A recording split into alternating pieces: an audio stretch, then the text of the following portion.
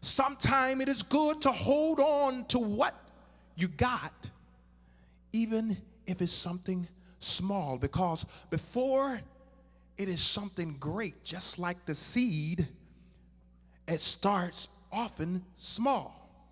But if we take that seed that God has birthed within us and begin to nurture and cultivate that seed, just as God did with Joseph, and Joseph cultivated and nurtured.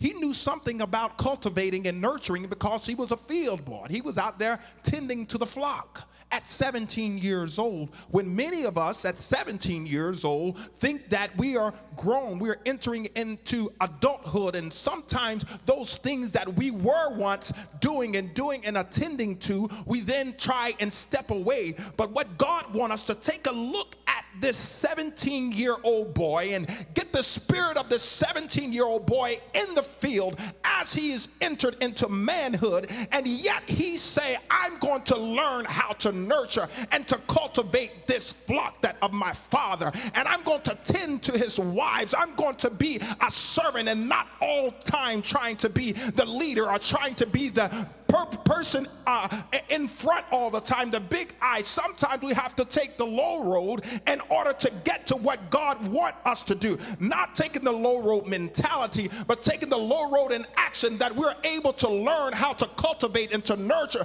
that we are able to get to that which God has called us to be ultimately. Look at somebody and say, destiny is written all over you.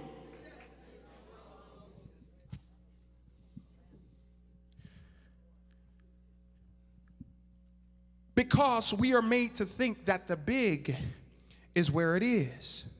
Often we look for the big without realizing that the big starts with that which first appears to be small. You look, because modern technology and media has really presented us with all the glitz and the glamour, and have us thinking that, you know, we just going to jump from our bedroom to stardom, or to from our bedroom to the top executive positions. And sometimes God calls us to do something else.